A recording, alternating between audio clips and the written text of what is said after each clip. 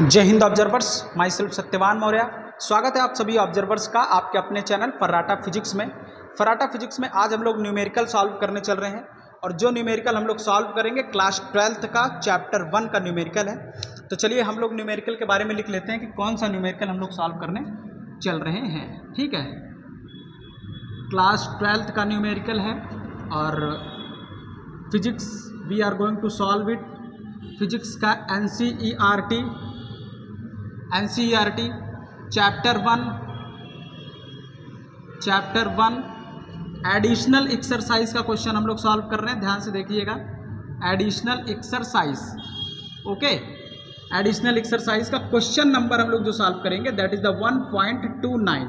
ये बहुत important question है, बहुत पॉपुलर क्वेश्चंस भी है, तो थोड़ा सा इसको ध्यान से देखिएगा कि कैसे हम लोग क्वेश्चन को सॉल्व करते हैं। मैं क्वेश्चन को स्क्रीन पे लगा दे रहा हूँ। चलिए, क्वेश्चन लग गया। अब जो है आप इसको क्वेश्चन को ध्यान से देखिएगा स्क्रीन पर, मैं इसको क्वेश्चन को पढ़ रहा हूँ। ठीक है, a hollow charged conductor has a tiny hole cut into its surface show that the electric field in the hole is sigma upon 2 epsilon naught into n cap, where n cap is the unit vector in the outward normal direction and sigma is the surface charge density near the hole। तो देखिए इसमें क्या कह रहा है और कैसे हम लोग इसके सॉल्यूशंस को फाइंड आउट करेंगे। तो पहले देख लेते हैं इसमें पूछा क्या जा रहा है। देखिए इसमें बोल रहा है कि एक हमारे पास क्या है, हॉलो कंडक्टर है। ये इसमें क्या है, एक हॉलो कंडक्टर है। ठीक है, और एक हॉलो कंडक्टर और इसमें क्या है कि एक होल कर दिया गया है। ये एक होल कर दिया गया है और आपको प्रूफ करना है कि ये जो आपका बचा हुआ कंडक्टर है, होल के अलावा जो पार्ट है उसके सरफेस पर जो होल है उसके सेंटर पर इलेक्ट्रिक फील्ड जो हमें बताना है वो sigma upon 2 epsilon naught into n cap हमें प्रूफ करना है। ओके, जबकि कंडक्टर में यहाँ कोई कंडक्टर नहीं है, दिस इज ए होल, और इस पर जो सरफेस चार्ज डेंसिटी है वो कितना है, सिग्मा। तो अब कैसे इसको हम लोग प्रूफ करेंगे, तो इसको हम लोग ध्यान से देखेंगे। टारगेट समझ गए ना, क्या प्रूफ करना है? हमें प्रूफ करना है कि एक इस तरह से कंडक्टर है जिसमें एक होल है, उसके होल के सेंटर पर electric field is equal to sigma upon 2 epsilon naught into n cap proof करना है बचे हुए पार्ट के कारण। ठीक है, तो चलिए इसकी आंसरिंग हम लोग करते हैं, लिखेंगे थोड़ा सा। Let we take a conductor, let we take a conductor with a hole of radius. Hole का जो रेडियस है, सपोज करते हैं इसका जो रेडियस है ये वाला, वो कितना है, b, small b, of radius small b. Okay, and surface charge density is कितना है, sigma, and surface charge density is sigma. Then we have to proof the electric field at the center of the hole is कितना है, centre of the hole is equal to sigma upon 2 epsilon naught into n cap, equal to sigma upon 2 epsilon naught into n cap.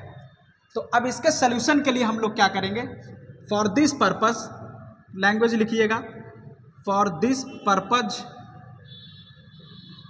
we fill the hole by a small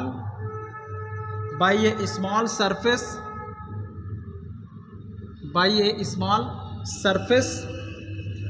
with charge density is sigma।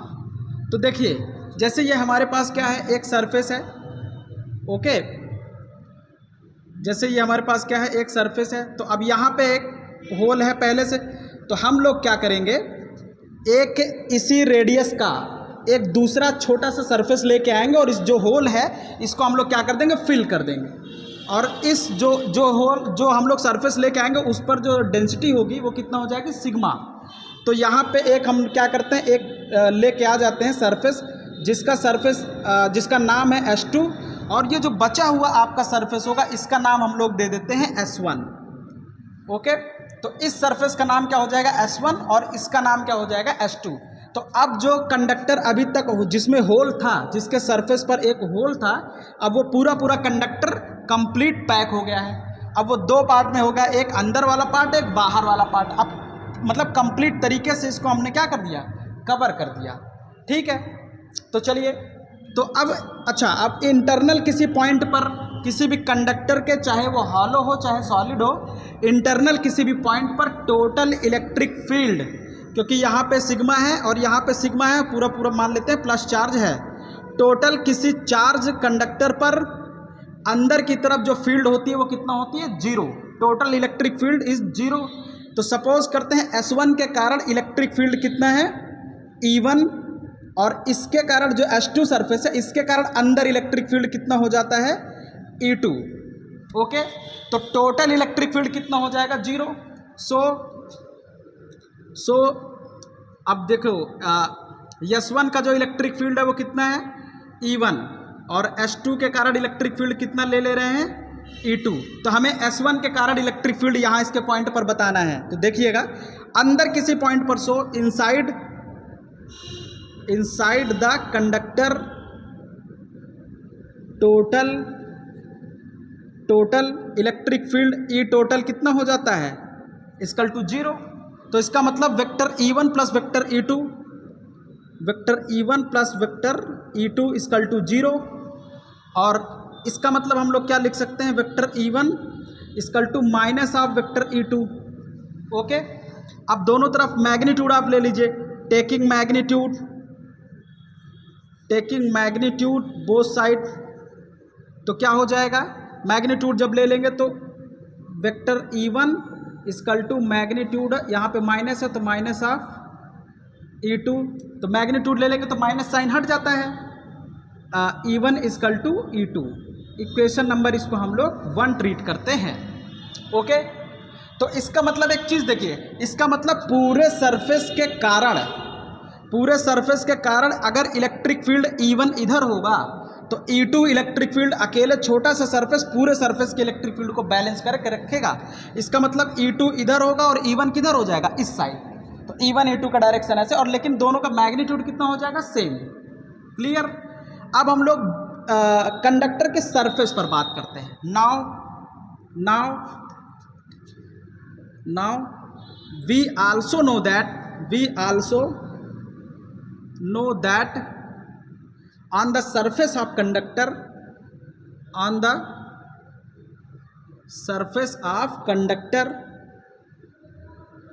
Total, अच्छा, अब इस वाले surface में कोई whole नहीं है, ये बात ध्यान रखिएगा। होल केवल इसी में है। इसको हमने सिग्मा सरफेस चार्ज डेंसिटी के छोटे से सरफेस, जितना बड़ा होल था उससे लगा के हमने पूरा इसको क्लोज पैक कर दिया। तो ये आपका ये आपका S2 हो जाएगा, ये आपका S1 हो जाएगा। तो देखिएगा, on the surface of the conductor total electric field E total कितना होता है, इक्वल टू हो जाएगा sigma upon epsilon naught into n cap. Sigma upon epsilon not, अरे जैसे देखिए हमारे पास एक स्फीयर होता था, तो स्फीयर के सरफेस पर इलेक्ट्रिक फील्ड हम लोग क्या लिखते थे, अगर ये सिग्मा है तो लिखते थे E equal to 1/4 pi epsilon naught into Q upon capital R square, R अगर इसका रेडियस है तो। ओके, और अगर सिग्मा है तो इसका मतलब Q की जगह हम लोग क्या लिखते थे, Q की जगह हम लोग लिख देते थे, यहाँ पे 4 पाई एप्सिलॉन नॉट है, Q की जगह हम लोग लिखते थे सिग्मा इंटू इसका पूरा सरफेस एरिया, तो 4 pi capital R square into sigma upon R square, नीचे R square cancel, 4 pi cancel, तो कितना आया, sigma upon epsilon not. Sphere के केस में यही होता था, तो इसका मतलब वो सारे केस में भी यही होगा। किसी भी चाहे, ये तो हमारा फिक्स रेगुलर ज्योमेट्री है, but this is irregular geometry. तो चाहे रेगुलर ज्योमेट्री हो चाहे इर्रेगुलर ज्योमेट्री हो, हमेशा किसी भी कंडक्टर के सरफेस पर टोटल इलेक्ट्रिक फील्ड कितना होता है, सिग्मा अपॉन एप्सिलॉन नॉट, जब उस पर सिग्मा सरफेस चार्ज डेंसिटी होगी तो। तो इसलिए यहाँ पे हमने देखिए लिख लिया है E total equal to sigma upon epsilon nought. तो अब ई टोटल में दो लोग हैं, एक तो ये वाला S2 के कारण इलेक्ट्रिक फील्ड यहाँ पर इस पॉइंट पर, और S1 के कारण इलेक्ट्रिक फील्ड इस पॉइंट पर। दोनों के कारण इलेक्ट्रिक फील्ड का डायरेक्शन हमेशा इधर ही होगा, always perpendicular to the surface. तो इसका मतलब ये जो एन कैप का डायरेक्शन है वो बिल्कुल परपेंडिकुलर डायरेक्शन है। तो ई टोटल में दो इलेक्ट्रिक फील्ड पार्टिसिपेट करेंगे, कौन सी, S1 के कारण और S2 के कारण। तो S1 के कारण जो इलेक्ट्रिक फील्ड है E1 और S2 के कारण जो इलेक्ट्रिक फील्ड है वो E2। तो इसलिए ई टोटल आपका हो जाएगा वेक्टर E1 का भी डायरेक्शन वही है और E2 का भी डायरेक्शन वही है, sigma upon epsilon naught into n cap. अब इक्वेशन नंबर इसको हम लोग क्या ले लेंगे, 2। अब यहाँ से देखिए E1 की वैल्यू हम लोगों ने कितना निकाला है, E2। तो E2 की जगह हम लोग क्या रखने वाले हैं, E1। We are going to put the value of E2 from equation 1 into equation 2। तो जहाँ आपको E2 दिखे वहाँ E1 रख सकते हैं। तो E1 यहाँ पहले से है, E1 n cap plus E2 की जगह E1 रखने वाले हैं। E1 n cap equal to sigma upon 2 epsilon naught into n cap. अब क्या करेंगे, E1 n cap plus E1 n cap, तो 2 E1 n cap, 2 E1 n cap equal to sigma upon 2, sorry यहाँ पे 2 नहीं होगा, sigma upon epsilon naught, sigma upon epsilon naught, sigma upon epsilon naught into n cap. Okay, चलिए इसको ध्यान से देखेंगे थोड़ा। अब आगे हम लोग क्या करने वाले, देखिए यहाँ 2 E1, तो 2 कहाँ चला जाएगा, नीचे। तो अब अपने पास क्या बचेगा, E1 n cap equal to sigma upon 2 epsilon naught into n cap. E1 n cap को हम लोग वेक्टर ऑफ E1 लिख सकते हैं, और E1 इलेक्ट्रिक फील्ड केवल S1 के कारण है, S2 के कारण ये इलेक्ट्रिक फील्ड नहीं है, ये हमने पहले इसको डिफाइन कर दिया था।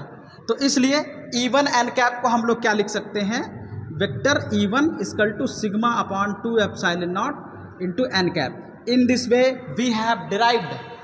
तो इसका मतलब इस पॉइंट पर इलेक्ट्रिक फील्ड कितना होगा, इसके कारण sigma upon 2 epsilon naught into n cap. तो कभी भी किसी भी कंडक्टर के सरफेस पर अगर कोई होल होता है तो बचे हुए पार्ट के कारण वहाँ पे उस होल के सेंटर पर जो इलेक्ट्रिक फील्ड होती है वो सिग्मा अपॉन 2 एप्सिलॉन नॉट होती है, और उसका डायरेक्शन किधर होता है, हमेशा सरफेस के परपेंडिकुलर डायरेक्शन में होता है। अगर वहाँ पे कोई सरफेस होता तो उसके परपेंडिकुलर डायरेक्शन में हमेशा होता है। और यही हमको तो प्रूफ करना था ना कि इस वाले पार्ट के कारण टोटल इलेक्ट्रिक फील्ड इसके सेंटर पर, तो इस वाले पार्ट के कारण इलेक्ट्रिक फील्ड हमने E1 माना था, और E1 की वैल्यू कितना आ गई, sigma upon 2 epsilon naught into n cap. Okay, तो इसमें न्यूमेरिकल तो कुछ था नहीं, ये एक तरीके का थ्योरेटिकल क्वेश्चन भी आप ले सकते हैं कि अगर कोई होल है तो उस पर इलेक्ट्रिक फील्ड कितना होगा। तो इस तरह से हम अपने क्वेश्चंस के सॉल्यूशंस को फाइंड आउट करेंगे, क्योंकि ये पूरा कॉन्सेप्चुअल था। तो आपसे रिक्वेस्ट है कि इसको आप लोग बहुत ध्यान से समझिएगा। क्वेश्चंस को पहले आप 2-3-4 बार पढ़ लीजिएगा क्या पूछा जा रहा है, उसके बाद हम लोग इसको प्रोसीड करेंगे, ठीक है। तो चलिए अब हमें इजाज़त दीजिए, और ये पूरा लैंग्वेज भी आप लोग इसको अच्छे से लिख लीजिएगा, कैसे लैंग्वेज लिखा जाता है, ठीक है। तो चलिए अब मुझे इजाज़त दीजिए, मिलेंगे अब आपसे अगले लेक्चर्स में, अगले न्यूमेरिकल के साथ, अगले क्वेश्चंस के साथ, फिर से बहुत अच्छे कॉन्सेप्ट को लेकर हम लोग आगे समझेंगे, ठीक है।